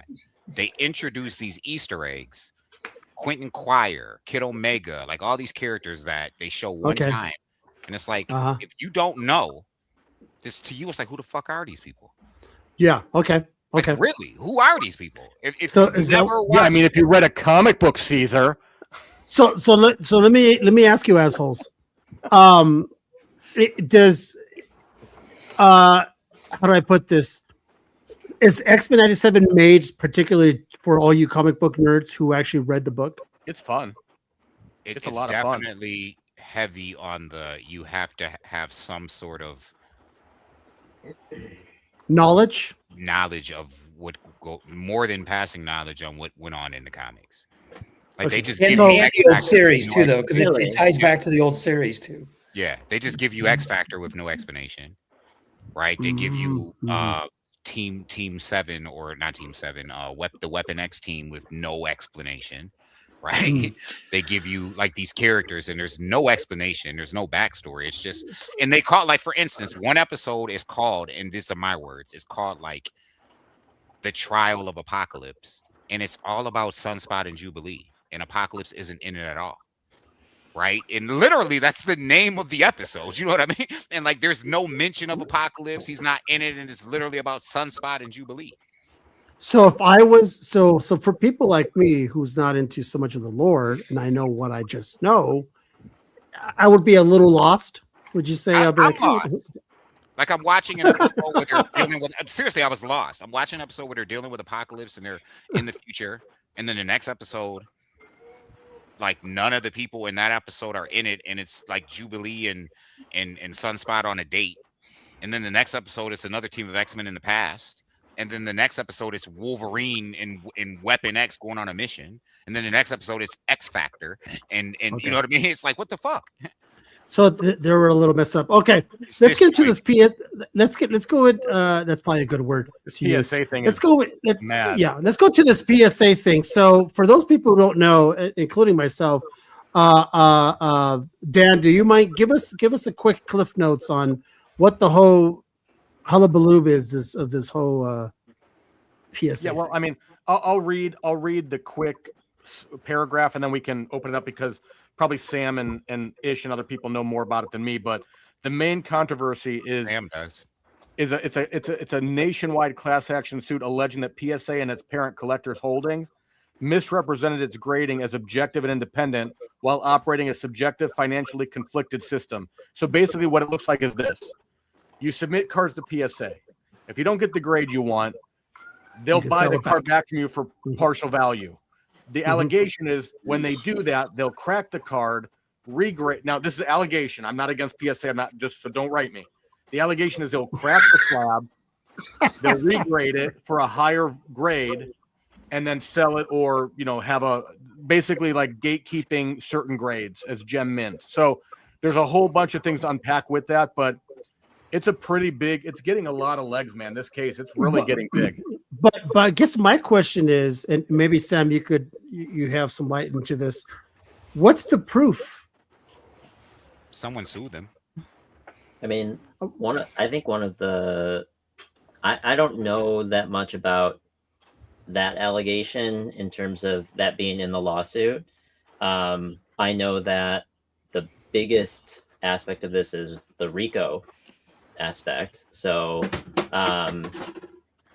basically PSA misrepresenting the grades as like an objective and like very particular, like almost scientific process, but really it's just subjective, and that what's happening, it's causing people who submit to consistently repeat their submissions to try and get better grades, because it's not an scientific thing.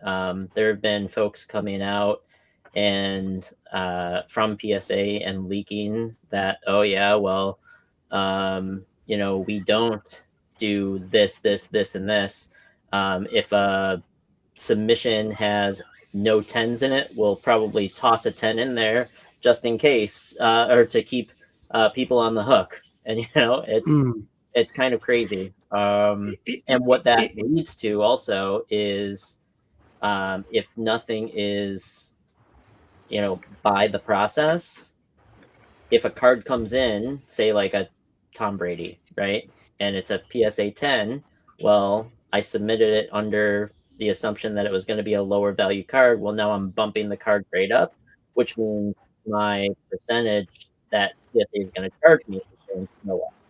So I think I think Sam, part of the allegations, what Dan is talking about, is what has been happening within the community, where PSA has been caught in situations where they've offered to, buy people's cards, and then they go and check in on their cards, and it turns out that it's a 10 and it's not a 9. You told me that, Sam. You and Trobes. That was well, I mean, even the suit alleges like the Funked versus Collectors Universe Inc. was filed in July. Yeah. And the allegation says PSA profits from a cycle in which, like Sam is saying, collectors resubmit cards hoping for higher grades. Yep, all the time. While PSA's grading criteria, error rates, and population reporting are insufficiently transparent, and the complaint also challenges that the parent company's ownership of the related businesses involved in card pricing, vault and custody, sales pathways, lending and financing, arguing that this vertical integration creates undisclosed conflict. So it's like, that's just one illustration of, I got a card graded, I sold it back, they crack it, they regrade it, it's a better grade. That's just one small thing, but there's a lot to unpack with this. I mean, it's pretty grandiose in the suit. So I mean, the people biggest thing who for have me, submitted rare variants of cards, and they've taken photos and videos of them packing this stuff up, and then they're being told by PSA like, "Oh, that you didn't submit this version of it." So the biggest red flag for me, is the inherent, which I think is going to be a big subject of any class action lawsuit. The biggest red flag is that PSA not only grades, but PSA is in the market of selling graded cards. Exactly. And I think that's an inherent conflict of interest. Yeah. I don't think you need to be transparent about your grading standards any more than Coke needs to be transparent about its recipe, right? I just think you need to be trustworthy and eliminate. I think you need to, like, CGC isn't transparent about their standards. They give you a scale, but they're not transparent about the science, the so-called science that goes into them grading on that scale. They just kind of give you an outline, right?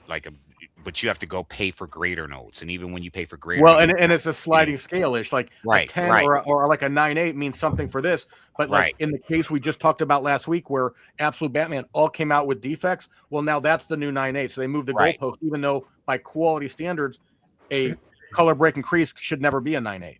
Well, with exception, but I get what I agree with you. So what I'm saying though is that so most of these companies, right, you are automatically operating on good faith and trust based upon set standard, right? Based upon a set standard. So then the reason why we have anti-monopoly laws and we have all these conflict of interest lawsuits and laws is because the moment you do something that is an inherent conflict of interest, so you automatically break this trust and this good faith. Like when you go into Tops, you're buying on good faith that you're going to buy a product that isn't spoiled. Yeah. Right? Like on good faith and on trust, right? You're buying a product that you think isn't coming from some sort of slave labor or some sort of, you know what I mean? Child. This is just faith, good faith, and trust, right? And this is how brands establish their credibility. PSA has an inherent conflict of interest because they're in the market for selling cars. So you give me a reason not to trust you. And then to actually reinforce that reason by what Sam once told me, and Trobes as well, to break it down in layman's terms, if I send in 10 Michael Jordan rookies, you're going to tell me that they're all 9s and then offer to buy them from me and then put them in your own marketplace as 10s. That's 10s. Yeah, that's insane.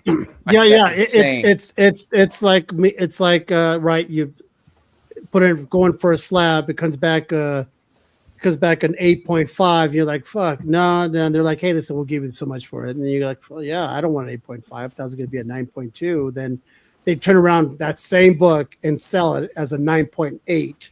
And you're like, wait a minute. And there's reel upon reel Instagram. I mean, Sam told a story about, like, you know, the situation where it's escaping me now, but you were just talking about it, Sam, where you said, like, you know, they'll take the video of the packaging and then they'll get a message that, like, that's not what they got, right? Yeah. And you know, that raises questions too. But you can go to Instagram and, like, search for PSA reel, and there's just tons of reels about people just crapping all over the experience. Like, yeah, tons of stories, like stories about people submitting cards and they didn't get a 10 even though their card is pristine compared to the existing 10, but allegedly executive leadership in the company has one of the 10s and they're trying to preserve their value of, you know what I mean? So I mean, they've been accused of pop control, like the population report manipulation for a long time. I mean, who's to say that any of it's true, you know? But there are a million people out there making videos and stuff about it. But I mean, like you said, I do the same thing with CGC though, because it is subjective. Like, I submitted 6 of the same book. They all look perfect from San Diego Comic-Con.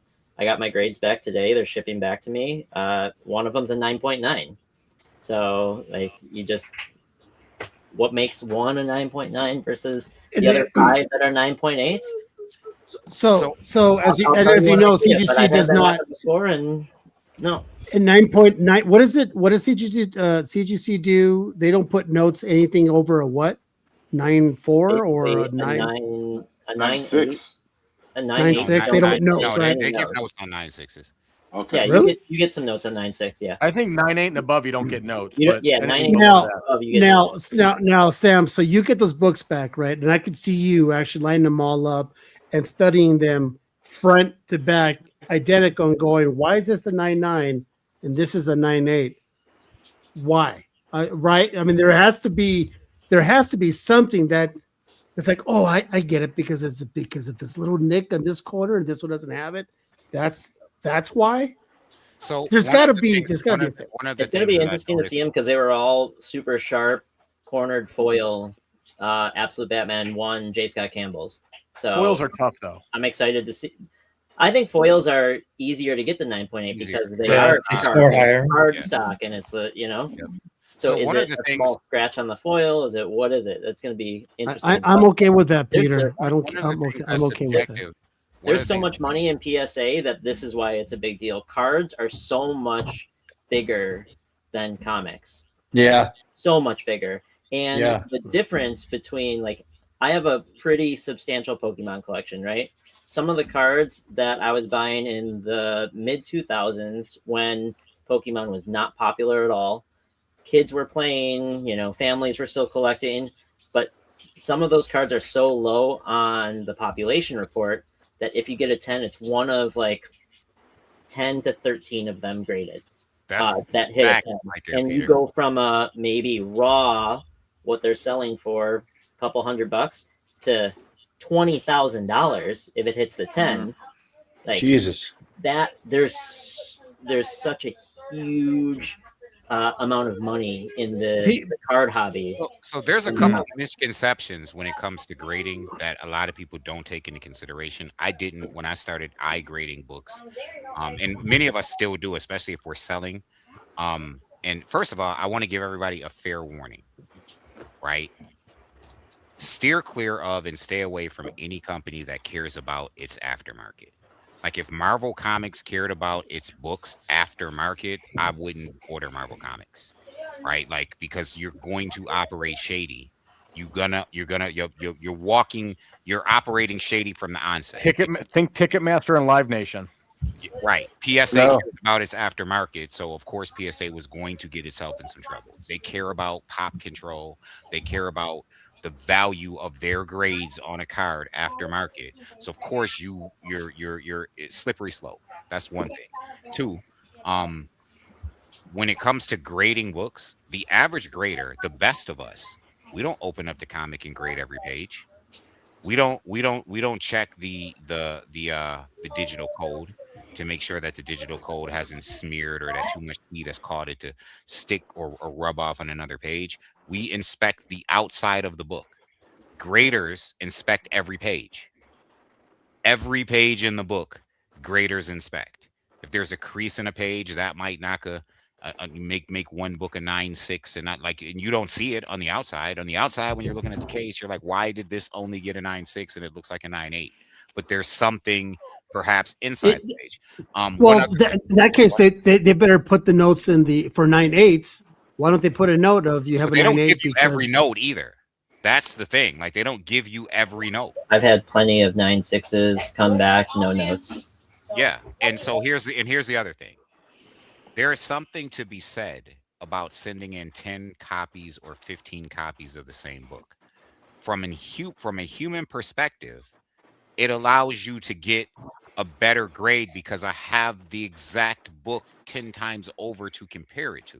This is why you might get a 9.8 of you sending 10 copies, and you might get a 9.9 and 8 9.8s, because I'm now sitting here with it's different. It's a different mind state.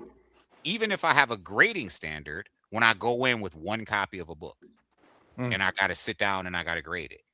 But if I have 10 copies of the same book, I have a better bar for comparison according to the standards that I'm using. Yeah. Do you do this, Dan? Do you go through every single page? Well, I read it. I read the book. So yeah, I'm looking at every page, and I was literally going to say that Dan is reading. So yes, he does. Yeah, that's the wrong question. Sorry. Let me comment on what Abe said though, because there is a distinction.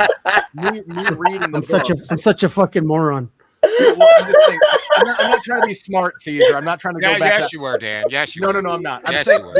But I don't look at them in the detail of a grader. I mean, I'm opening the book. If I see a tear, I'll notice it. Right? If I see a tear, I'll notice it. But if I'm just flipping through reading the story, I'm not really paying attention to the quality. I mean, there's a lot of different, like, I'm not saying it's a perfect science slabbing, and we can easily pick out slabs and go, oh, this is different than this. And in fairness, you know, we pay the money, so they have one job to do it right. But it ain't easy, man. I mean, you're going through every page by page, checking the color, checking the tears, checking the. It's a thing. It's a thing. It's a thing, man. So, like, you know, it's you not think like retailers do it when they sell new books. Right. Exactly. Every page of every book to make sure just opening the book, you could damage the book. Yeah. You could take it. You could knock it down to a 9.6 or a 9.4. Just opening it. Just by opening the book. And by the way, your fingerprints. That's why I don't open. That's why I don't open my books. No, if retailers, we know the name of this game as it is, right? Like, it's a collector's hobby. We collect these books. I mean, we enjoy them, we read them, but they're collectibles, right? But these things arrive from the distributor to the LCS, and they're packaged like shit. They look like shit. If you don't press these things before you submit them, you're definitely not going to get a 9.8. They come wrinkled. They come, you know, they might be humid in the box. I mean, you name it. They come with all kinds of defects. So you got to deal with all that too. So it's not easy to grade. It's definitely not. That's why I don't open any of my books. I don't want fingerprints. I don't want my eyes touching the pages. I don't want any of that. That's why I would venture to say that everybody here that sent a book to CGC, whether we go through every page or not, we've sent plenty that we didn't. Yeah.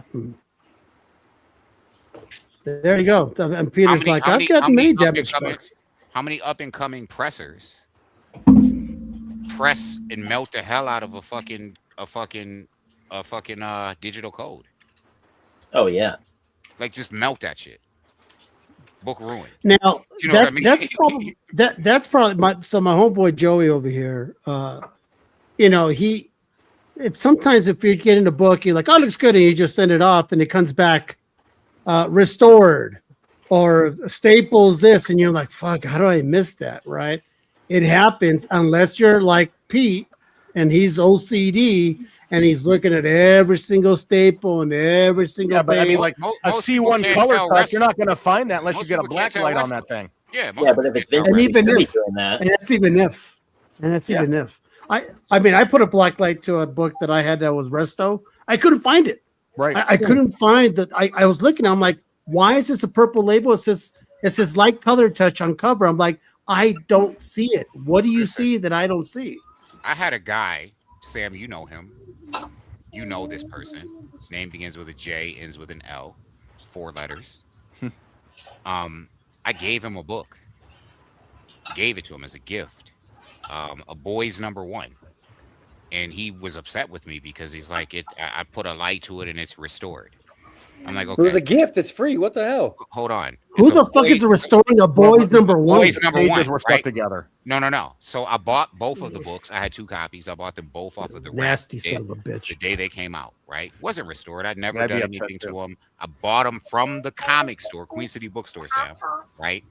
Was no restoration. Some people you can't tell, right? And I'll give you an example. Uncanny X-Men 129. I had a guy ask me, hey, someone wants to sell me this book. It's a really clean copy. Should I buy it? And he sent me pictures. On Storm's cape, there's a black dot. This is across all copies of this book. It's where the ink stops, which was the same with the boys, right? The boys was an all black cover, and there's a dot on it where the ink stops, and you can see it. And if you look at Uncanny X-Men 129, first appearance of Emma Frost, you'll see it on Storm's cape. It's uniform because that is where the ink stopped when they were printing and coloring the book. It stops in the center of her outstretched cape, and you see this black dot, and it almost looked like someone took a marker and just colored black on the black. It's like that on all the books. It's where the ink stops, and that's the same with the boys. You put under a black light, it looks like someone took a marker. They didn't. Mine and I'll say it again. Both came back in 9.8, by the way. The so-called restored one came back. Once again, nobody's fucking restoring a boys number one. So Joey has a question. Here's a crazy question. Do you guys think, and Sam kind of answered it, do you guys think every grader checks the inside of a comic when they're grading? They have to. I think they do. Because not just the page count, the code, the digital code. Yeah, there's no way. I think some of them are flying through modern grades. I got to agree with Sam. I think it's just practicality and dollars and cents. These bean counters are shoving things out the door. And if they're slabbed, how many times are we checking? Digital codes. That's why PSA and one of the potential leakers from PSA recently stated that the quota is 500 cards graded per day per person. Wow. That's like sweatshop level quota. Yeah. When I heard that, I was very shocked because, you look at some of these other companies coming up that are using AI based grading, and they pop the card in, it assesses every, minor imperfection and flaw within their system. I don't even know if they're hitting 500 per day. So I have this. Really don't Sam, know. Do you think it's funny? Do you think that there's something weird to the notion? Because I do. That they put white pages on modern books. When's the last time you seen a modern book with white pages? I think there's a lot of things with modern comics that don't fit the grading scale or anything on vintage. Specifically, page quality. The codes that are within them are very different. There's a lot of stuff with moderns that differ from vintage, and at some point in our lives we'll probably see that differentiate either in the grading scale or how the companies treat these books. It's going to be interesting, and I think preservation is going to be huge in the future as your books get to the point where they're falling apart. We're going to see preservation services and conservation services. There's going to be a huge market for them within the next 20 years. And when you search for people right now that do that shit, almost impossible to find. There's about 3 true professionals who do it right out there right now. And when you get it, you're paying for it, but it's 100% worth it. But books are going to Sam, I'm going to tell you what I see happening in the next. Preservation and conservation is not restoration. I could see in the next 20 years something that they're already doing in jewelry, like in diamonds, where they etch the number and you can't see it. It's super microscopic. Mm-hmm. They're going to start doing this on books and cards, and it's going to be industry accepted. So they're not going to detract when that thing gets stamped on the card. They're just going to accept it. But that's going to be one way you're going to be able to track theft and trace the who owned the book and if these things are getting, there's been scandals before where somebody submits a book, they get a 9.8, they take it out, they put the other one in, shit like that. And there's no way to track that stuff. So I can see in the next 20 years, somebody's going to start laser etching miniature numbers on the book somewhere or on the card somewhere. Sam, when you said that PSA, they said 500 per person, my first thought was this grungy basement and everybody in their underwear grading cards, and it's smoky, and there's a guy with the 9mm sitting outside. Because that's a high number. It's 500. High number. It's murder by numbers, Caesar. They're all. Hey Billy, I got a 10 here. If you tell anybody else, hide They that have 10. no eyebrows and no hair on their body, and they're all Nothing. Like saran wrap. They're naked wearing a smock. That's all they're doing is naked wearing a smock, right? So it's outrageous.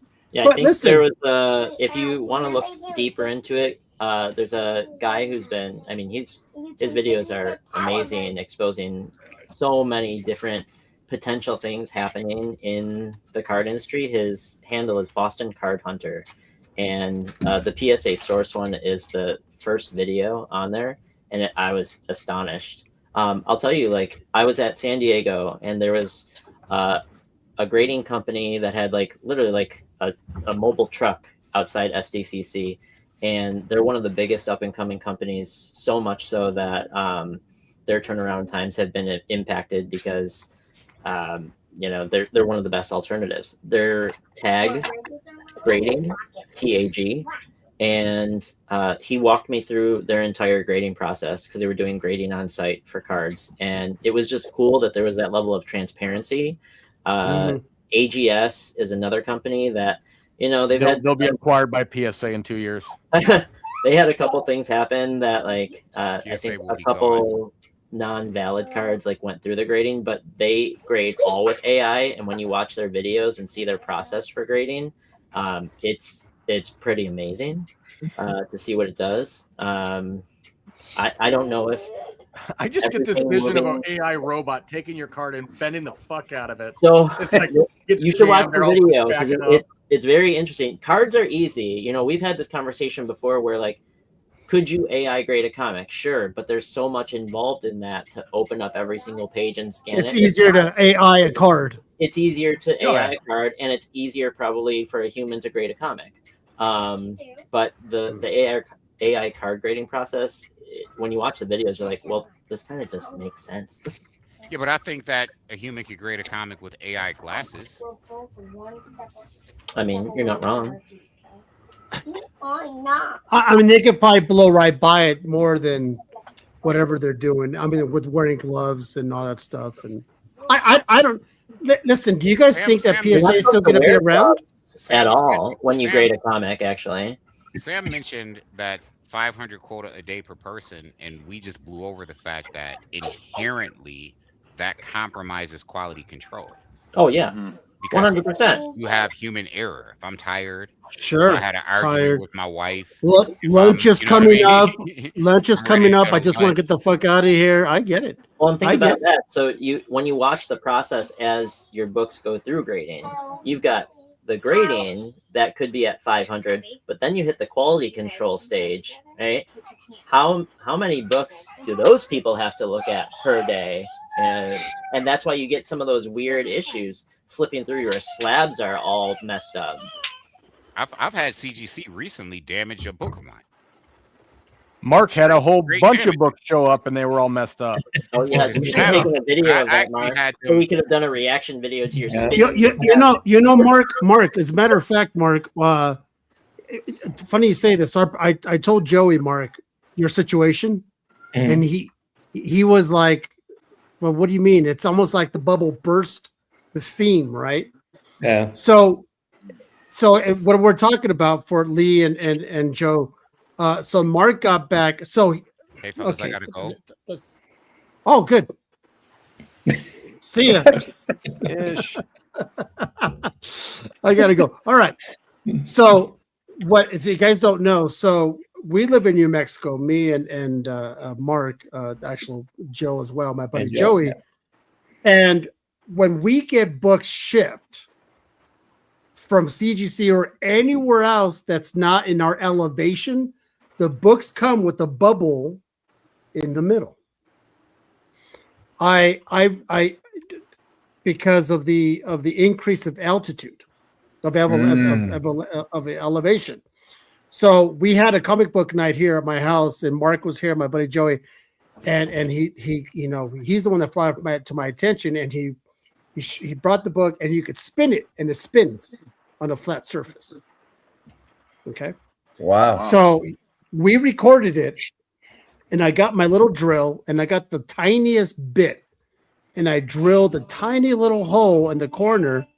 And if you listen, you might even hear it, and then it won't spin anymore. Really? So I released the air in this tiny little hole. Mark got books from CGC, which they're in Florida, and his bubble was so bad that it split. Yeah, now Joe, you're looking right, but it's only. But this is the thing: it's only on new slabs. Really? It's only on the newer slabs because I completely sealed. Now, do you remember the old CGC slabs? It was Sure. probably the first redesign after like the original labels, where it's when they went to like this style label kind of, but the slabs were thin, they were a little cloudy, but they had slits in the side. Yeah. Yes, and that prevented any kind of issues like this, but it opened up for other potential damages. Yeah. Wild. so yeah, so his Mark's bubble was so egregious that it split the seam of the slab. No way. What the heck? Crazy. Yeah, on the left side, you can see like where it was sealed, like it I cracked. haven't experienced that yet. Yeah. I've never So- experienced so- that either. Holy crap. So Joe, now you won't experience that, Lee, because you're in LA. You won't get that. Okay. All right, because you're at like 300 or whatever you are. You're sea level. You're below or all that bullshit. Us, where I live, I'm almost 6,000 elevation. Oh shit. Where Okay. where I'm at. Okay, so New Mexico's it's a high desert. So the air being trapped inside. Now this is the funny thing. So we were talking to some people that we met that we're friends with, who came from Arizona to Mark's con, because Mark runs that con every year, and they also noticed the bubble. And then when they drove back to Arizona, it deflated. No way. That's crazy. Oh, wow. As a matter of That's fact, fucking crazy. That's Lee, crazy. they pushed the slab, and it propelled them faster. It made their car drive home faster. I was kind of hoping that we would have one show where Dan wasn't a complete fucking moron. I was like, we're almost done with this show. We're so close. And Dan hasn't said a fucking idiotic thing. You moron. Oh man. But anyways, isn't that crazy though? Right? Yeah, and so Joe, next time you get a new slab in, see if it spins, because you're gonna start to notice there's a bubble. I'm going to try this out afterwards. No, not on that one. I was just gonna say that. Not on that No, one. he's gonna spin it. He's not gonna. No, he's not gonna drill. He's not gonna drill. He's just gonna spin I'm it. drilling it. No. He's not drilling. He's gonna There's spin another it. one. If you pop it, it will shoot all over the room. Absolute Batman. Well, I'm noticing a little bit of a bow, though. Like, it feels like it's... You can feel it if you grab the middle. snug now. You'll feel I don't it. know if- You'll feel it. You'll Yeah. feel it. But there's no... I'm telling you, I put don't it see on any your kitchen condensation table. or anything. Put it. No condensation. It's just It's just air. it's an air bubble. It's just an air bubble. Okay. All It's right. like And literally like I said, pressure. It's pressure. So our buddies drove back down to Arizona, and they noticed that it kind of decreased a little. That's crazy. Wow. But once again, we only noticed it because I'm like, oh, I'm gonna go get my other stuff. And then we noticed it's not spinning because it's an older slab. It's the newer slabs that it's happening to. I'm telling you, it's some interesting stuff. And so my buddy Joey, he's hoping to get a big stack, and we're gonna do an unboxing. And I want to do another one like live on the show, spin it, and then drill tap a little hole in it. And now the funny thing is, I got one from Atlas. He shipped it from Florida to me, and it's fine. But I got another one, and it's spun. So go fucking figure. All right, guys. Wow. Here we are, man. Just like that, 2 hours. I'm telling you, Joe, right? It goes, doesn't this shit go by? It goes by quick. No, this has been fun. Thank you guys so much. That's man. Spread the word. And make sure you subscribe in my channel, my man. Okay. I don't know if I already did. Yeah, I already did. Okay, good. Because I already made threats to a lot of people who haven't, and it's working well. My followers keep increasing or decreasing. I don't know. The threats are working. Right. All right. So this is about the part of the show where we're gonna go around. Let us know where you're gonna be and all that stuff. Ish had to go. Love you. Had to run. I think he had the Hershey squirts because he's like, I gotta go. So I think the egg recall. Oh yeah, I think that. Yeah, I think he shard his. He hits the shards. It's salmonella. Poor guy. His anal leakage. All right, so we're gonna. What was that stuff that was causing anal leakage? That only. What was that stuff back in the while back? It was like the potato chips. That oil that they put in the Olestra. Olestra, is that what it was? Olestra, yeah. Olestra. Yeah. May cause anal leakage. Let's get the fuck out of here with that. Jeez. Okay, let's go around with. Let's go around. Yeah, R.I.P. Claire from Heroes, man. That was a shocker. I'm gonna throw that out there. When I heard about Hayden Panettari's death, I was like, what the fuck? And then I realized she's 36. I was like, oh my god, it's a shame, baby. It's an absolute shame. All right, let's go around and start going with. Let's start with Dan. Dan, what's going on with you, my man? Well, again, another great show. Aaron, we missed you. We'll get you on next time, for the to talk about, FOMO and Spec, but just an awesome show. Great people on the show, man. Always fun. I learned so much from not just the people on this show, but the people that join in the discussion. Just so appreciated. And, Caesar always says when he ends the show, don't be a douche. And it really is true. Our community is so great because of the acceptance and the love that we're always showing. And just make sure we're spreading that positivity because, you hear even celebrities are impacted. We don't know what people are going through. So just be kind and, make sure that you're checking on your friends every so often. But when you don't see me on this podcast here talking with my buddies about everything and anything in our hobby that we love so much, you can find me on Instagram at Tree City Comics, where I'm always writing about the books I'm reading, the toys I'm playing with, the shows I'm watching. I mean, our community is amazing. I'm doing this thing right now where I'm reorganizing all my collection. And I mean, this hobby there's a place for you to put your money. I'll tell you that much because there's all kinds of stuff you can buy to do it. But I would just say, again, follow me on Instagram. Let's connect out there. Make sure you agree with what I'm doing. If you guys have suggestions, if you take my suggestions, again, I want to connect with you out there. I'm also part of the Comic Underground, which is a great account that spreads positivity in our community, in our comic collecting community on Instagram. If you're not following the Comic Underground, please give them a follow as well. They host live sales all the time, a lot of variety shows. They've got artists on there all the time. They have a annual Anticon.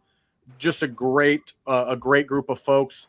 And this Sunday, we'll be doing our See You Sunday segment where we talk about, different topics. We do it once a month, every third Sunday of the month. And it'll be a fun show. So, guys, just give me a follow and love you all. Thanks for joining. And I'll give it back to you, Caesar. All right. Very good. Thank you very much. Let's go with the writer extraordinaire from Merciless. What do you got there, Mark? What's going on with you? Oh, man. So this weekend, I'm at Bubonicon here in Albuquerque, which is the long-running sci-fi show. Then it's Fan Expo Dallas, New York, LA. And then I hibernate for a while because I'm going to be wiped after all that. Alex is working on Merciless 2 right now, the pages on that. So that's moving along. A couple other things in the works. So I'll have stuff to announce pretty soon.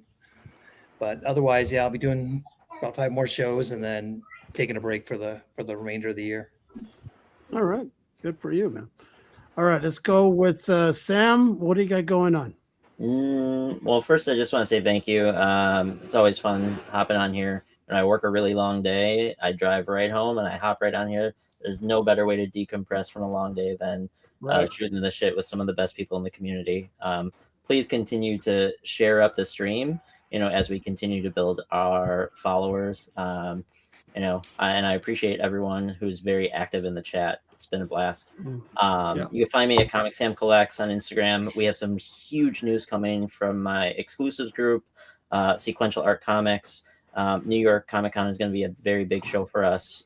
Stay tuned for a lot of announcements and a lot of amazing books that are coming up from us. So, I just want to let the people know that when Sam's not looking and he's sleeping, I'm going to steal that fucking shirt out of his closet. I got the shirt at San Diego. One of my buddies helped me get it while I was running around trying to get Jim Lee Absolute Batman. Yeah, I don't think it'll fit me. It'll be like big man and little cove. All right, here we go. Lee, what's going on, man? Where can we find that handsome face, my friend? First, it's a pleasure to be here. It's really fun to be on the show with you guys. Dan and I have started a really cool tradition where he recommends a great read to me, and I buy the book and I read it. So I appreciate that, Dan. I really do. You can find me on Instagram, Old Man Warrior 1. I do sell on Instagram. I sell mainly keys, big books. So if you're looking for a big book, reach out to me. I probably have it or I can get it pretty quickly. And stay tuned because I may be hosting live sales very soon. Uh-oh. I don't know when you're going to have the time, my friend, from that and grading papers. What's wrong with you? Look at you. This is crazy. Joe, man, first time on the show. I hope it was a good one for you, pal. Yeah, it was awesome. Thank you guys so much. I appreciate it. This is it was a lot of fun. I really appreciate you guys inviting me on. Well, I've been I've been on Whatnot now for a little over a year at Primo Comics 505. Been selling on there. Started doing some exclusives over this past year, learning a lot. The comic community has been amazing. A bunch of great folks that I've met. Mark also being one of them. That we both live in Rio Rancho, so I was able to do an exclusive for him that was very successful on our Whatnot shows, and I just hope to grow with the community and to be a part of it. So just really excited. But I do my Whatnot shows on Thursdays and Fridays mostly, and we have a lot of fun, and it's been great. Yeah, I just got an idea, Mark and Joey. If you're still listening, we can invite Joey over for trade night since he's here in Rio Rancho. So, we'll be in touch, pal. Absolutely. Yeah. No, all right. Okay, I think that was the last one. The last one is me. Listen, everybody. What a show. I like these shows. These are shows that we can just kind of bullshit and don't really have an agenda. And these are the kind of shows that I know that the chat likes because they have their inputs and stuff. But let me tell you guys, the show we have next week, it's a fucking doozy, my friends. We have the Writers Show. This was a show in the making since I met some of these guys at Mark's con. We have Thomas Healy from Spawn. We have Garrett Gunn from Good Boy. We have John Layman from Chew. We have Ben Bates, who's writing his own stuff. And, of course, we have our very own Mark Fenton, who's a writer in his own right. This guy, listen, this is going to be the show for you guys. If all you people out there, if you're thinking about or ever thought to yourself, what does it take to be a writer, to get into comics and to write and all that? This is going to be the show for you, my friends.